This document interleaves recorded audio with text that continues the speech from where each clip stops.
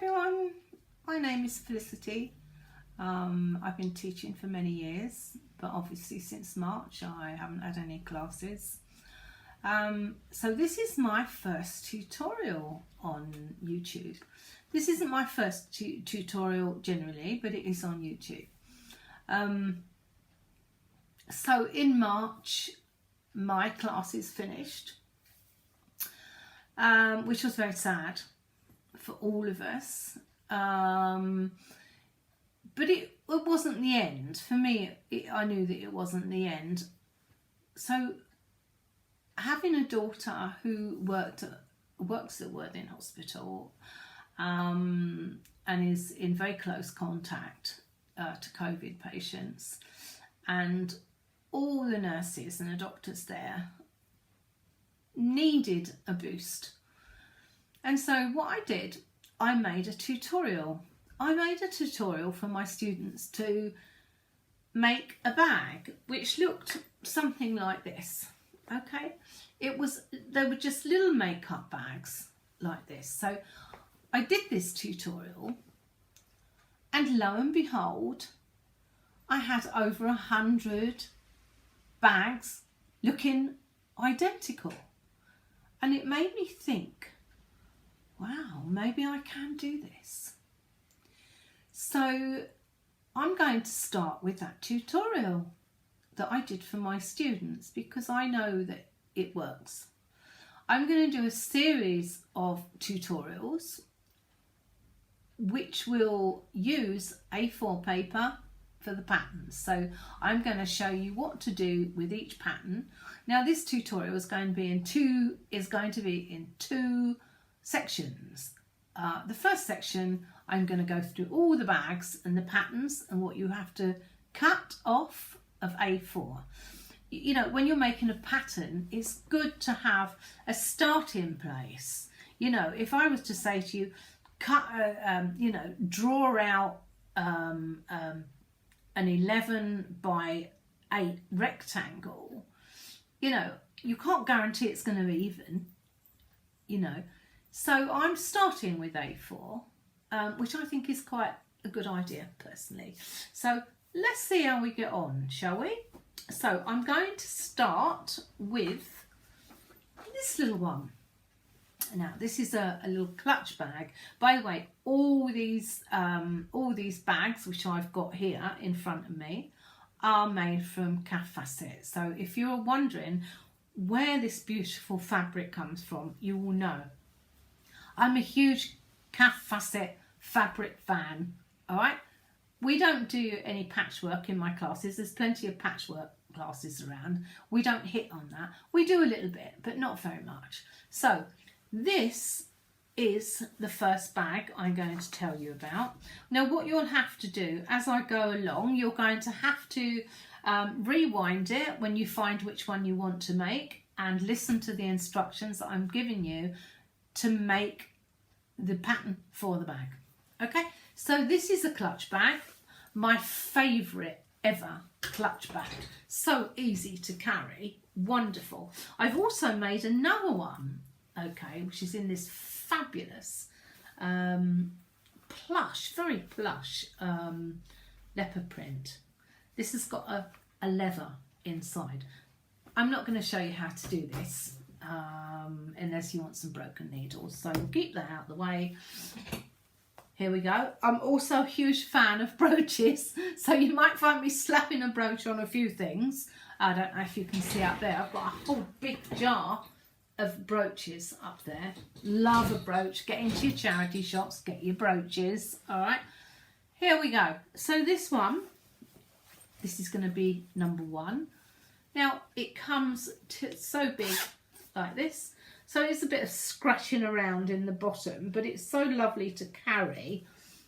All right, the inside is lined in calf facet too.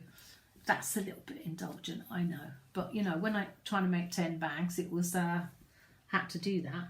So there's a pocket inside. Now if you put a pocket inside these, don't forget the pocket has to go right at the bottom, because if you put the pocket at the top, what will happen is when you turn it upside down, everything's going to fall out the pocket. So make sure that the pocket is in the bottom. Okay, so that's that one. That is the clutch bag. Now, if you would like to make the clutch bag, which is number 1, the clutch bag here, all right? So there's the instructions for it.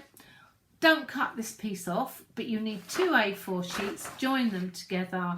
There's the instructions, and I'm assuming that you will be able to rewind this if you want to read it again. Excuse the writing. I mean, the funny thing is I was using this thick pen and I started to feel peculiar, so I had to stop what I was doing. But anyway, there you go. Hope you can read that. Don't cut this off. This is just part of the pattern to use for the band that goes across the front there. Okay. Right, so this is the next bag. This is quite a substantial bag. I'm calling it a wash bag. Okay, so inside I've used a nylon waterproofing, okay, because I think it's more practical for a wash bag to use something like that. You could use ripstock. Ripstock would be a good idea. Cheap as chips it is to buy. Okay, so you will see when I hold up the instructions of a lot of these bags, I'm talking about headliner. Now, if you don't know what headliner is, this is headliner. I'm a big eBay buyer, okay? I always find everything I want, even all the designer fabrics, on eBay. I know some of you will have your preference to where you want to buy, and that's absolutely fine. And I know some of you would prefer not to use this. Maybe you use something else, but all I can say is I've been using headliner for years and I find it the best. It gives them a lot more stability than some of the others. But, you know, you want to use interfacing, you know, I'm not getting fussy about this. You know, this is the interfacing I use if you want to use interfacing. It's quite a stiff one, okay? So that's my choice, stiff interfacing or headliner. Headliner, not cheap, but it comes in, it's quite wide. And so, I mean, the one I bought last year was $14.99 a metre, but it was like 2 metres wide. But I've looked this year and it's $17.99 because clearly they realise that bag makers are using it. All right, so that's that. But you can get it cheaper, but it's a bit narrower. Have a look, see what you can see. Get a light one, because if you get dark and you're using a light fabric, it's going to show through. All right, some of them just have foam on the back. It's foam in between here, all right? But it doesn't matter if it's just foam on the back, or I like the other layer of fabric at the back that wedges the foam. Okay, so this is the bag we're talking about now, and here are the instructions for it. Okay, so can you see that? I hope you can see that all. So you've got to add 2 inches to the top plus 2 inches. All right, this is your width of your A4 paper. Okay, and you've got plus 2 inches there and plus 2 inches at the side here. All right, and all the other instructions of what you'll need are listed there, including the length of zip you need. Okay. This is number 3. This is a small wash bag. Now to make this, all you need is an A4 sheet with all the things that you need as well. Okay, don't forget it's 2 for the outer, 2 for the inner, that's the lining, and 2 of whatever stiffening you prefer. Right, here we have 2 pencil cases, 2 flat pencil cases. Now, it's up to you whether you use cotton inside or a waterproof fabric. Most of the things I'm going to be making will be made in natural fibres because that's what I like to use. But the insides, you could use a polycotton, but either 100% cotton, polycotton, or, as I say, the waterproofing. All right, which I get from eBay too, by the way. Right, so there's 2 sizes of pencil case. I've made the bigger one because someone in my class made this bigger one a year or so ago, and I thought, well, how clever, because I can never fit all my pens and pencils in this size. So she did that size and it looked great. I thought, well, that's marvellous. So that's why I've done 2.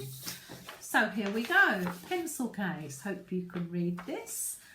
Pencil case doesn't need much apart from a 1.5 inch taken off of the width. With everything I've done, I've balanced it so it doesn't, you know, sometimes you get the balance wrong and things don't look right. So, okay, hope you can see that. Nothing else needs to be done apart from to take 1.5 off the edge there. Okay, so here's 2 little beauties. Now, really on the whole, calf facet fabric speaks for itself. You know, you don't need to embellish it very much. But, you know, sometimes I can't put things down and I have to keep going. So, bit of velvet, bit of pom-pom there, a little bit here. But, you know, these are great for presents. This, in fact, I have used interfacing on, but you can use either. All right, so that's that one. And this is another one, a little bow on there. Yes, we do like a little bow sometimes and a bit of embellishment. Right, so that one, all you need to do on that one is take 1.5 off again of the end. Okay? And if you want to embellish it, I'll tell you when to embellish it on another class. Okay, so here's the little one, a little pouch, just a little zipped pouch here with a little bit of embellishment again. I can't help myself sometimes. Right, so this one is here, all right. So a small pouch, 6-inch zip, and take 4.5 from the length of the A4. Right, now, I'm not going to do much else today because I feel that you need to get your patterns made. All right, so I'm going to give you a chance to get your patterns made. Now, there are other things that need to come off here. It needs to be squared up. Oh, I've got it upside down. No, these bags need to be squared up along with the wash bags too. I'll tell you all about that on my next tutorial, which will be fairly soon. Now listen, I'm not used to this really, but I would like some people to subscribe and press that bell if you like. Yeah, tell your friends about me. That's exciting. So I'll see you again soon when I've got the bags, when I've got my machine out, and we'll make a bag. Okay, thank you. By the way, I have to keep pressing this button because I've got one of these gadgets and my husband's not here. I have no idea how to use it. Okay, I might blow up or something if I press it. Thank you. See you soon. Bye.